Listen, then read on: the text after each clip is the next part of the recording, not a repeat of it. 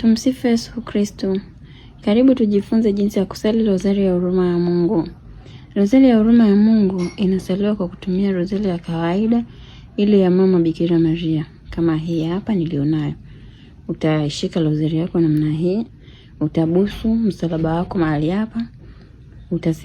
Utafanya ishara msalaba kwa kusema kwa jina la Baba kwenye paji la uso, na la Mwana kwenye kitovu, na la Roho bega la kushoto, Mtakatifu bega la kulia. Amina. Ukimaliza utasema nia ya rozari. Nia ya rozari utaombea kitu chochote ambacho unajisikia kukiombea kwa siku hiyo. Ukimaliza utasali Baba Yetu hapa. Utasema sala ya Baba Yetu. Ukimaliza kusali sala ya Baba Yetu, utakuja hapa. Utasali Salamu Maria moja. Ukimaliza Salamu Maria moja, unakuja hapa kwenye hili fundo la mwisho hapa, utasali kanuni ya imani.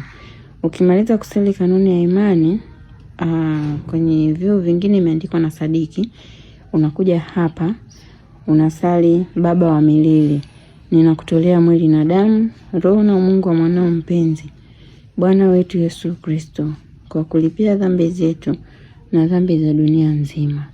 Ukimaliza hapo, unakuja hapa kwenye hivi vifundo vidogo vidogo ambavyo utakuwa unasema kwa ajili ya mateso yake makali utuhurumie sisi na dunia nzima.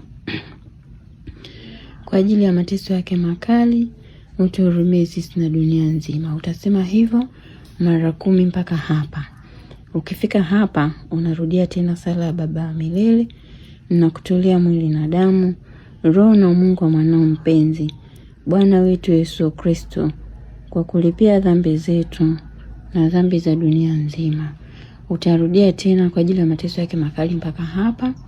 Ukimaliza utarudia, utasali kwa mzunguko huo maneno hayo mpaka mahali hapa. Ukishafika mahali hapa, utashika medali yako namna hii. Utasali sala ya mwisho ambayo inasema: Mungu mtakatifu, mtakatifu mwenye enzi, mtakatifu usiyeweza kufa, utuhurumie sisi na dunia nzima. Mungu mtakatifu, mtakatifu mwenye enzi, mtakatifu usiyeweza kufa, utuhurumie sisi na dunia nzima. Mungu mtakatifu, mtakatifu mwenye enzi, mtakatifu usiyeweza kufa, utuhurumie sisi na dunia nzima. Yaani hiyo sala utairudia mara 3. Ukishamaliza hapo, unasali litania ya huruma ya Mungu.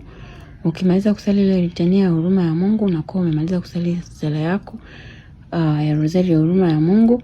Utafanya tena ishara ya msalaba kwa kusema kwa jina la Baba na la Mwana na la Roho Mtakatifu. Amina, kwa kushikilia msalaba wako huu. Ukishamaliza, unabusu tena msalaba wako, unaivaa rozari yako, unakuwa umemaliza kusali rozari yako. Tumsifu Yesu Kristo.